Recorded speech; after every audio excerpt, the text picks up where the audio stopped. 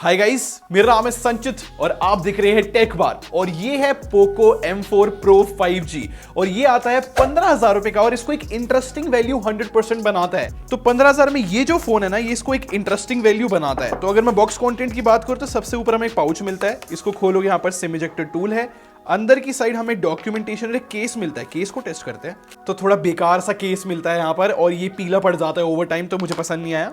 Phone को उठा के अभी के लिए यहाँ रखते हैं और मैं आपको नीचे की साइड दिखाता हूँ क्या क्या है। तो यहाँ पर जो है हमें 33 वोल्ट का चार्जर मिलता है जिसको निकालना बड़ा मुश्किल है। तो ये चार्जर है और यहाँ पर जो है हम लोगों को एक डाटा केबल मिल जाती है।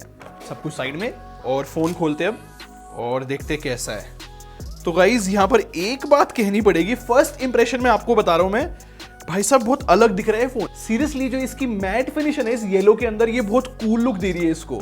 और हाँ, आपको बता देता हूं कि ये एक ही सरफेस है। ये जो ब्लैक में पोको बना रखा है ना इन्होंने, ये जो है यहाँ पर इसका पेंट है, ना कि उठा हुआ नहीं है एरिया। ये काफी कूल लग रहा है यार। और फोन जो है 195 ग्राम्स का है और फिर भी इतना हैवी नहीं लग रहा है। तो मैं इसको सेटअप करके आता हूँ, सारी बातें डिटेल में करते हैं। डिजाइन में मैंने बहुत अलग सी चीज नोटिस करी है गाइस। देखो, मैट फिनिश के अंदर बैक पैनल है और बहुत अच्छा लग रहा है जैसे कि मैंने बताया।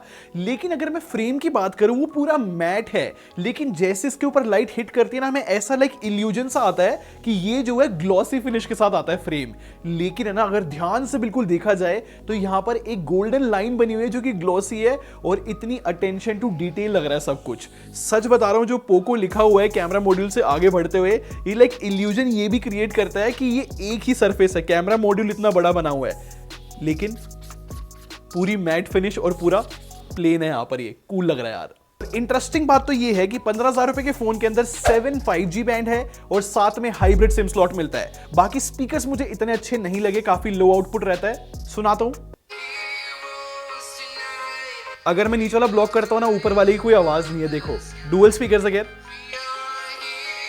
तो यहाँ पर जो ऊपर वाला स्पीकर है वो सिर्फ 10% आउटपुट के साथ ही आता है, 90% आवाज तो नीचे से आ रही है। खैर, इसमें हाई रेस का सपोर्ट मिल जाता है और पावर बटन और वॉल्यूम बटन फोन के राइट साइड में मिलता है। तो एक ही हाथ से आप तीनों बटन को एक्सेस कर सकते हो। बड़ा फोन है यार, ये चीज अच्छी लगती है, कंफर्टेबल बनाती है।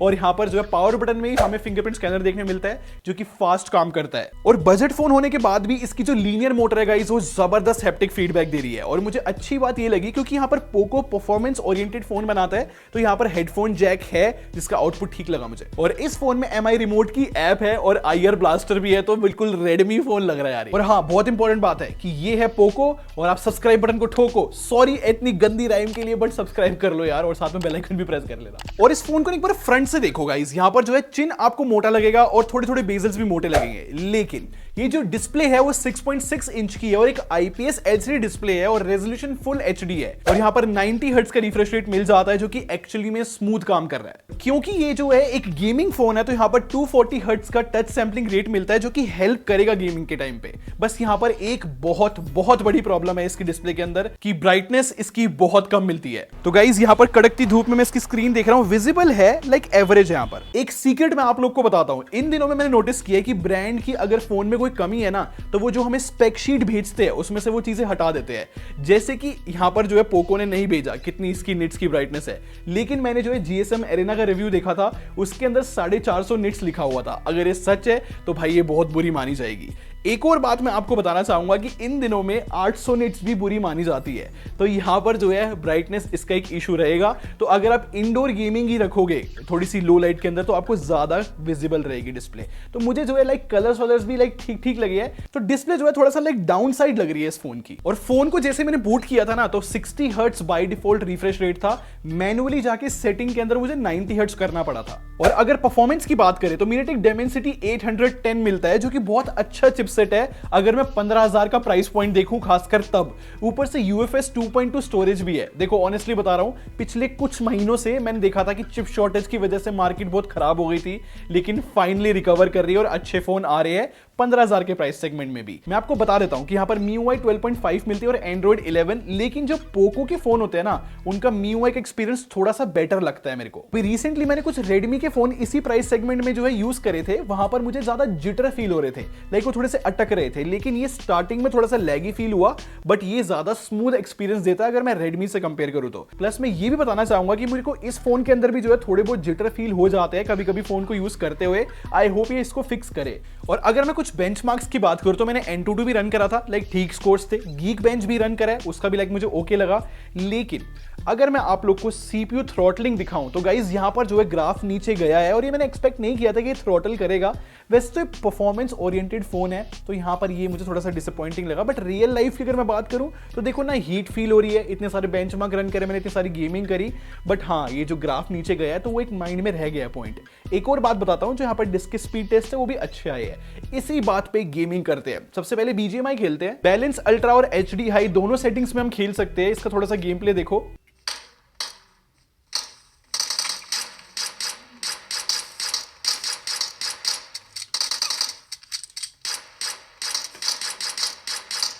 फिर जो है मैंने कॉल ऑफ ड्यूटी खेला मीडियम हाई सेटिंग्स पे, उसका भी गेम प्ले दिखाता हूं।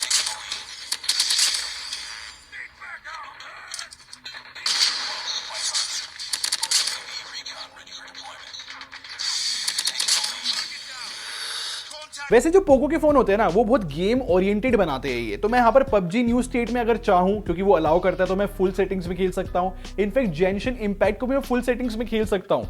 लेकिन भाई प्रोसेसर की भी एक लिमिट होती है। जैसे हम फुल सेटिंग्स में कोई भी गेम खेलते हैं ना, वो बहुत ज्यादा बेकार चलता है, बहुत कम FPS आते हैं। तो मैं यहाँ पर ये रिकमेंड करूंगा कि आप लोएस्ट सेटिंग्स में खेलो, ज्यादा बेटर एक्सपीरियंस और ज्यादा आपका बेटर गेम प्ले होगा। तो ओवरऑल मैं ये कह सकता हूँ कि 15,000 में ये बहुत अच्छी परफॉर्मेंस हमें लाकर दे रहा है। प्लस मैं ये भी चाहता हूँ कि आप Realme 9 Pro को भी देखो, क्योंकि वो ऐसा बताया जा रहा है कि वो 16,000 रुपए का पड़ सकता है अगर आप बैंक ऑफर और इंट्रोडक्टरी प्राइस का लाइक फायदा उठाते हो। तो अगर वो डील आप ग्रैब करते हो तो वो फैंटास्टिक डील में से एक होगी। कैमरे की बात करते हैं। यहां पर जो है आपको ऐसा लगेगा कि 5 कैमरा है, लेकिन सिर्फ 2 कैमरा है बैक साइड में। वो है 50 प्लस 8 मेगापिक्सल का।